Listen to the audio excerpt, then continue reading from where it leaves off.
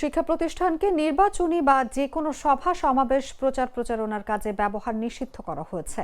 Returning অফিসারের অনুমতি ছাড়া কোনো শিক্ষা প্রতিষ্ঠানে সমাবেশের অনুমতি না দেওয়ার বিষয়টি নিশ্চিত করতে বলা হয়েছে। রোববার ঢাকা বিভাগীয় কমিশনারের কার্যালয় থেকে মাধ্যমিক ও উচ্চ শিক্ষা অধিদপ্তরের মহাপরিচালক বরাবর পাঠানো চিঠিতে এই নির্দেশনা দেওয়া হয়। চিঠিতে বলা হয়, আসন্ন ত্রয়োদশ জাতীয় সংসদ নির্বাচন ও গণভোট আগামী 12 ফেব্রুয়ারি অনুষ্ঠিত হবে। নির্বাচন পূর্ব সময়ে আচরণবিধি কঠোরভাবে প্রতিপালনের নির্দেশনা রয়েছে। লক্ষ্য করা যাচ্ছে যে কোনো প্রার্থী বা তার পক্ষে অন্য কোনো ব্যক্তি সেমিনার, সংবর্ধনা, যুব সমাবেশের নামে ভোটারদের জমায়েত করে নির্বাচনী প্রচারণার চেষ্টা করছেন। এক্ষেত্রে ভেন্যু হিসাবে বিভিন্ন শিক্ষা প্রতিষ্ঠানের মাঠ বা হলরুম ব্যবহার করার প্রবণতা দেখা যাচ্ছে।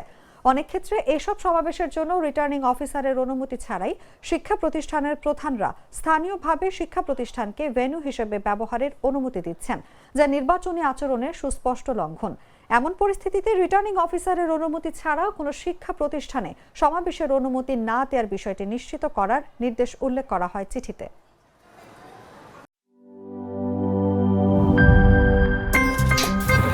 আমার একটা স্মার্ট সিদ্ধান্তে 25% গ্যাসের খরচ কমেছে। ভাবছেন কিভাবে? সাধারণ গ্যাস স্টোভ বদলে আমি এনেছি আরএফএল গ্যাস স্টোভ। এর সাইন্টিফিক নজল ও ব্রাস বার্নার ক্যাপ সমানভাবে তাপ ছড়িয়ে রান্না করে দ্রুত।